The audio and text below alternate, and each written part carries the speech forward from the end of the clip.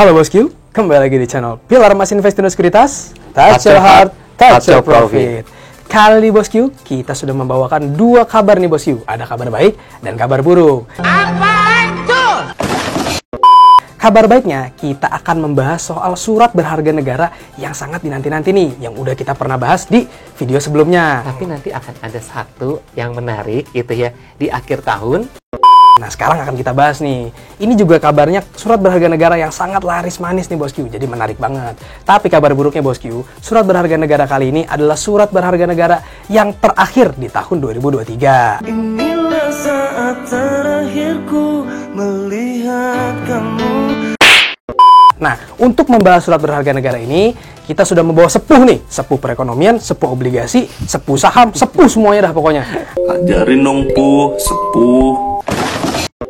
Bapak Maximilianus Nikodemus nih, apa kabar Pak Niko? Kabar baik Eja, bagaimana kabar? Alhamdulillah baik juga Pak. Mantap. Jadi kita akan bahas surat berharga apa sih Pak hari ini? Obligasi terakhir. Oh gitu. Obligasinya atau mantan terakhir. Hari ini kita akan bahas mengenai ST11. Oh ST11. Bentar lagi jadi band. Oh iya, ST12 ya, tahun depan ya. Jadi bosku jangan kemana-mana. Buat tahu kabar soal ST011 ini, tetap di channel Pilar Emas Investment Sekuritas. Touch your heart, touch your profit. Pilar Sekuritas Channel di Indonesia.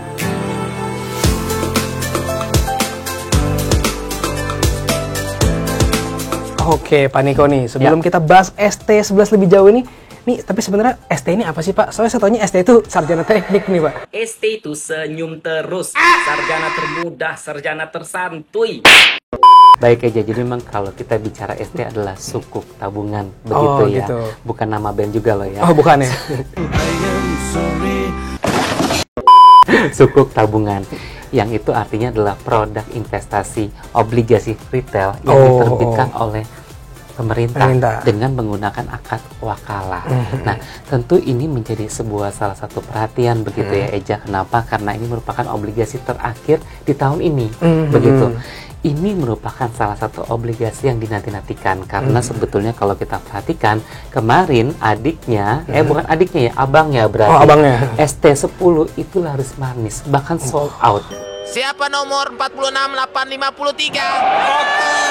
Aku. Nah, tentu ini menjadi salah satu pertanyaan tersendiri. Kira-kira ST11 akankah mengikuti jejak abangnya untuk sold out? Apa yang menarik? Apa yang bisa dibelah? Kan begitu.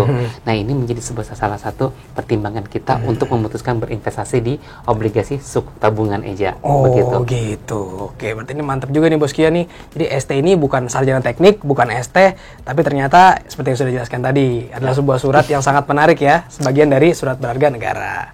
Oke, Pak Niko nih, kalau tadi kita kan udah bahas soal apa sih ST itu. Nah, selain apa itu ST, karakteristiknya gimana sih Pak? Ini kan kalau misalnya kayak saham gitu kan, kalau saham itu kan udah naik, bisa tiba-tiba turun. Sedangkan ST ini gimana nih? Gitu. Oke, Eja. Jadi kalau kita lihat sebetulnya sukuk tabungan ini kan adalah salah satu produk obligasi yang memang kalau kita bicara obligasi Eja gitu ya, bahwa ini lebih tepat kalau kita satu pelengkap investasi, yang kedua bagi teman-teman yang punya tingkat profil resiko tuh katakan konservatif moderat kan begitu. Gitu. Tapi boleh nggak sih sebetulnya kalau yang saya sebagai seorang yang agresif, saya lagi memilih saham, boleh nggak beli obligasi? Boleh banget karena ini bisa menjadi pelengkap. Boleh. Investasi iya, Anda betul. seperti yang tadi sudah kita sampaikan kan begitu. Nah, kalau kita bicara karakteristik, sukuk tabungan ini punya berbagai macam karakteristik. Nomor satu adalah jatuh temponya 2 tahun Eja. Oh gitu. Berbeda dengan Sukri atau Ori yang memang jatuh temponya 3 tahun, sukuk tabungan ini nggak banyak-banyak, cukup 2 tahun aja. Meskipun sebetulnya dia punya adik lagi, ada yang jatuh tempo 2 tahun, ada yang jatuh temponya 4 tahun. Oh gitu. Kan begitu, tinggal dipilih sesuai apa? Satu, sesuai tujuan investasi. Kedua, sesuai durasi investasi investor. Jadi kita tidak bisa mengatakan kamu ikut yang 2 tahun aja, kamu ikut yang 4 tahun aja. Itu semua kembali keputusannya kepada investor Eja. Begitu, itu satu. Yang kedua adalah dia tidak bisa diperdagangkan. Oh gitu. Oke, berbeda dengan ori dan sukri yang memang setelah dia melantai bisa diperdagangkan. Tapi kalau kita bicara sukuk tabungan, dia tidak bisa diperdagangkan. Tapi katakanlah kalau kita beri ori atau sukri dalam nominal yang kecil begitu ya, katakanlah start dari 1 juta sampai 10 juta, 100 juta. Kalau kita perdagangkan pun harganya mungkin nggak sebagus harga yang nominalnya besar. Iya sih, Kenapa? betul. Karena harganya pasti harga counter. Kan begitu. Jadi lebih fokus kepada memang untuk buy and hold untuk obligasi yang retail, kan begitu. Itu yang kedua. Yang ketiga adalah berbeda juga dengan pendahulunya. Dia ini tingkat suku bunganya mengambang. Oh, floating. Berbeda, betul, floating aja. Beda kalau kita bahasnya tentang ori atau sukri yang berkupon tetap. Ah ya. Kan enak tuh ya. Semua yang fix itu lebih enak sebetulnya. Aku butuh kepastian. Tapi menariknya, meskipun dia berkuponnya floating, jauh lebih menarik. Kenapa? Karena dia yang keempat, dia punya spread premium di sana. Wah, itu dia tuh Kan spesial begitu. tuh. Ditambahkan terhadap tingkat suku bunga. Jadi contoh, misal kata kalau tingkat suku bunganya 6%, begitu aja. Spread premiumnya 50 basis, berarti kita dapatnya 6,5. Jadi ada spread premium. Spread premium Kan itu begitu. ya. Nah, itu yang ditambahkan terhadap tingkat suku bunga. Nah, yang membuatnya menariknya lagi adalah 5 yang terakhir, yang paling penting gitu ya. Apa tuh, Pak? Bahwa dia punya kupon batas bawah. Oh, berarti Ini yang ketahan menarik. ya gitu ya. Ketahan. Jadi kalau tingkat suku bunga katakanlah turun hingga ke 2% begitu aja. Semestinya 2 ditambah 50 kita dapatnya 2,5%. Iya. Tapi karena kupon batas bawahnya katakanlah di 6,5%, sekalipun tingkat suku bunga turun, kita nggak peduli. Kenapa? Kita tetap dapat kupon batas bawah di 6,5%.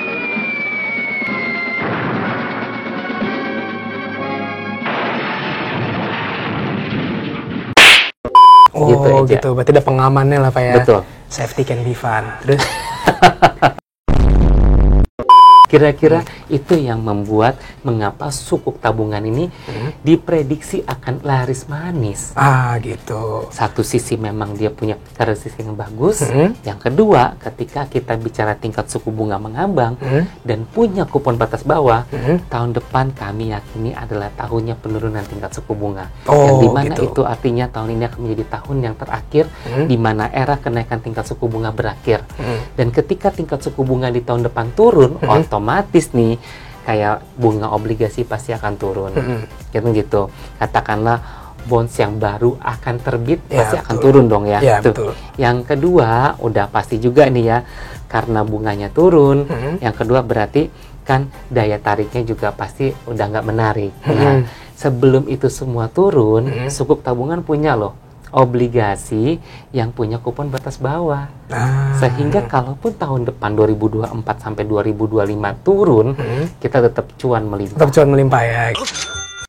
Nah, Pak Niko nih, ini ada lagi yang menarik nih. Kan dari yang kita tahu nih, ST11 ini kan ada batas imbalan minimumnya nih, Pak. Betul. Nah, ini berapa nih, Pak, batas imbalan minimumnya sama batas Bunganya bawahnya nih? ya, Iya, siap betul. Eja.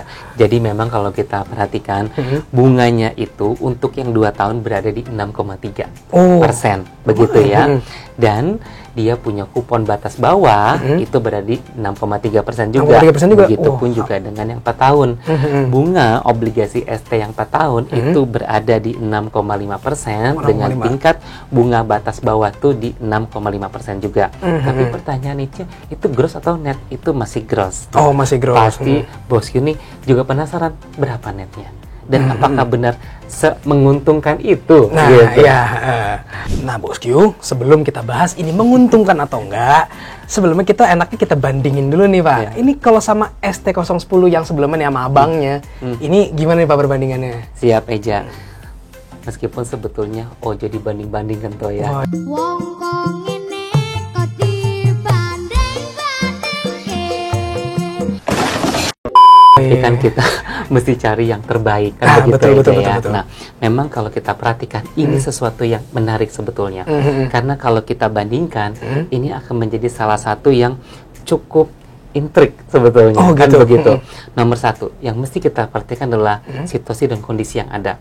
Ketika kita bicara tingkat suku bunga, ST10 tingkat suku bunganya berada di 5,75 kala itu. Oh, itu. Oke. ST11 berada di tingkat suku bunga 6%. Oke. Lebih tinggi ya. Yang menarik adalah semestinya ketika adanya kenaikan tingkat suku bunga, bunganya dikasih lebih tinggi.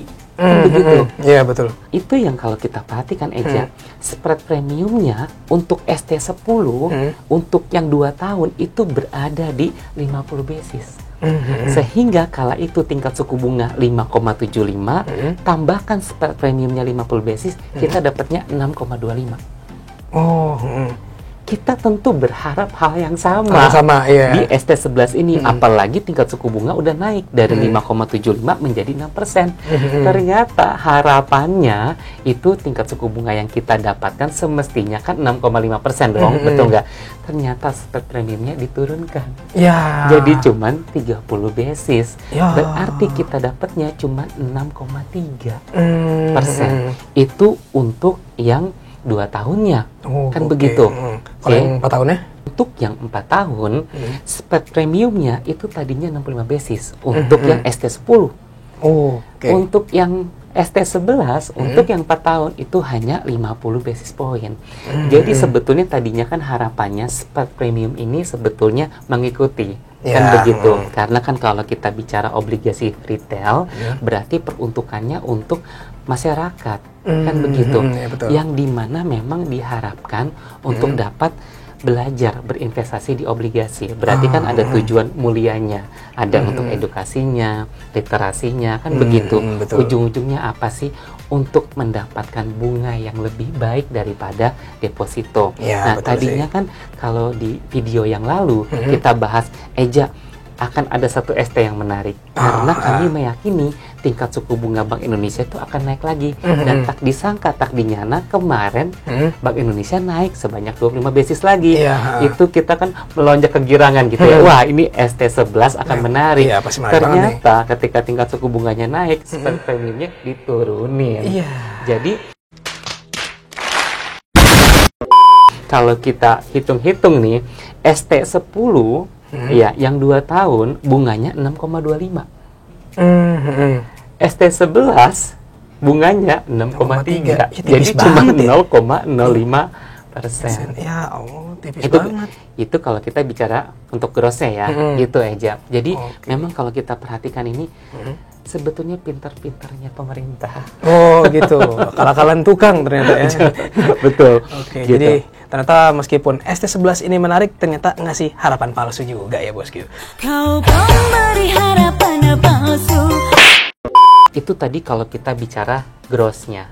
Pertanyaannya sekarang berapa netnya? Kan Nah, begitu. ini tunggu. Ya, setelah dipotong pajak kan gitu ya segala macam. Nah, untuk ST10 netnya itu berada di 5,625. Kan begitu ya.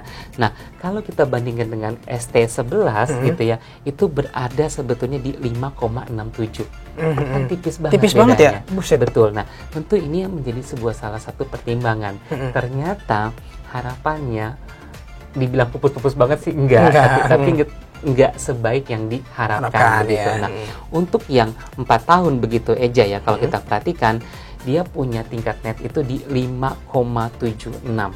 Oke, kalau untuk ST yang 11 ini, untuk yang 4 tahun, tingkat netnya berada di 5,85. Begitu. Tetap tipis ya. Tetap tipis. Nah, jadi kita kembali ke yang ditunggu-tunggu nih, Pak. Jadi ini worth it nggak sih, Pak, untuk kita nih para bosku beli untuk ST11 ini? Siap, Eja. Jadi kalau ditanya worth it atau enggak, itu tentu semua kita akan kembalikan kepada investor. Kan begitu. Tujuan kita adalah hanya menunjukkan pintunya. Oh, Kan begitu gitu. ya. Nah, memang kalau kita perhatikan sebetulnya ada satu hal lagi yang sebagai bahan pertimbangan kita. Apa itu? Perbandingan antara imbal hasil obligasi Sun konvensional dengan bunga obligasi ST11 ini. Kan Oh, begitu. gitu. Nah, kalau kita bandingkan begitu ya Eja ya tadi, imbal hasil Sun yang konvensional untuk yang berjatuh tempo 2 tahun itu berada di 6,84 per hari ini. Per hari ya. ini, Kan ya. begitu. Untuk yang 4 tahun berada di 6,87. Nah, berarti kalau misal kata ST11 itu berada di untuk yang 2 tahun di 6,3 dengan yang 1 tahunnya yang 4 tahunnya berada di 6,5, tentu kan sebetulnya masih jauh jaraknya. Berasa jauhnya. Betul. Masih kalah jauh. Tapi kita tidak bisa menutup mata begitu ya, karena kalau kita perhatikan sebetulnya kan satu sisi pemerintah juga ingin menerbitkan obligasi retail dengan bunga yang tidak terlalu tinggi, sehingga beban bunga yang harus dibayarkan juga nggak setinggi itu, kan begitu. Tapi kita juga mesti harus melihat begitu ya, bahwa yang kita mau kasih itu kan untuk obligasi retail. Wong dikasihlah pemanis. Hidungnya salah. Nah, ini baru seni. Supaya yang kita ini semakin semangat untuk membeli obligasi. Tapi kalau kita perhatikan seiring dengan penutupan tahun dan mengawali tahun depan, kami meyakini bahwa imbal hasil obligasi Sun akan kian semakin turun. Ini pun juga yang akan diamini oleh pemerintah begitu. Membawa mimpi paling serius seluruh dunia. Tentu saat ini meskipun masih berjarak sekitar katakanlah 50-70 basis dari imbal hasil Sun yang konvensional, kami pikir ini masih menarik. Kenapa? Menutup tahun, mengawali tahun, dan potensi di tahun 2024 yang dimana ruang kenaikan tingkat suku bunga itu udah mulai terbatas. Apalagi kan kemarin kalau kita perhatikan Powell pun juga sudah mengatakan tampaknya era tingkat suku bunga tinggi akan berakhir. Tapi dia masih say cap. Tentu ini yang menjadi sebuah perhatian gitu ya. Tapi kami sendiri meyakini bahwa di tahun depan 2024 sebetulnya tingkat suku bunga sudah akan mengalami penurunan. Paling cepat di kuartal kedua, paling lama mungkin di kuartal ketiga atau keempat. Tapi apapun itu yang kami perhatikan, tingkat suku bunga akan mengalami penurunan. Begitupun juga dengan imbal hasil yang kian turun. Nah, sehingga kalau kita bicara saat ini tentu tidak begitu worth it begitu ya. Tapi bicara hari esok dan nanti, ini akan menjadi salah satu obligasi yang sangat menarik menutup tahun ini.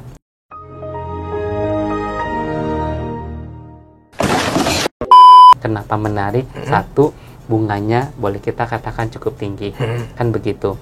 Yang kedua, kalau kita perhatikan juga gitu ya, bahwa dia tingkat suku bunga mengambang. Yang keempat, dia punya kupon batas bawah. Kan begitu. Nah, melengkapi kan gitu. Yang tadi bicara terkait dengan karakteristik, ada satu yang ketinggalan, Eja. Apa tuh, Pak? Kalau kita tadi bicara dia tidak bisa diperdagangkan, berarti duit aku di hold dong, Pak. Ternyata enggak begitu. Dia punya opsi call. Ada opsi call-nya. Betul. Tapi hanya sebanyak 50% setelah tahun pertama untuk yang 2 tahun, setelah tahun kedua untuk yang 4 tahun. Begitu. Jadi kalau kita perhatikan gitu ya, ini tentu menjadi salah satu penambah daya tarik. Nah, kalau bagi sisi kami tentu rekomendasikan ini untuk beli, diinvestasikan, begitu ya. Nah, jumlahnya berapa tentu semua akan kembali kepada perhitungan dari sisi Bos Q juga, kan begitu, punya dananya berapa. Jangan sampai semuanya duit masukin di obligasi, kita nggak makan. Kasihan Tuan, kasihan Nyonya. Oke deh Pak Niko, kalau gitu terima kasih nih Pak atas informasinya tentang ST11 ini. Jadi Bos Q juga semakin mantap nih untuk menentukan mau beli atau enggak. Karena sebenarnya ingat ya Bos Q, disclaimer on, segala keputusan pembelian kita kembalikan lagi ke Bos Q semua. Oke, terima kasih Pak Niko, terima kasih juga pada Bos Q semua yang sudah menonton videonya sampai habis. Jangan lupa untuk like, comment, subscribe, dan tonton terus channel Pilar Mas Investindo Sekuritas. Touch your heart, touch your profit. Pilar Sekuritas Channel di Indonesia.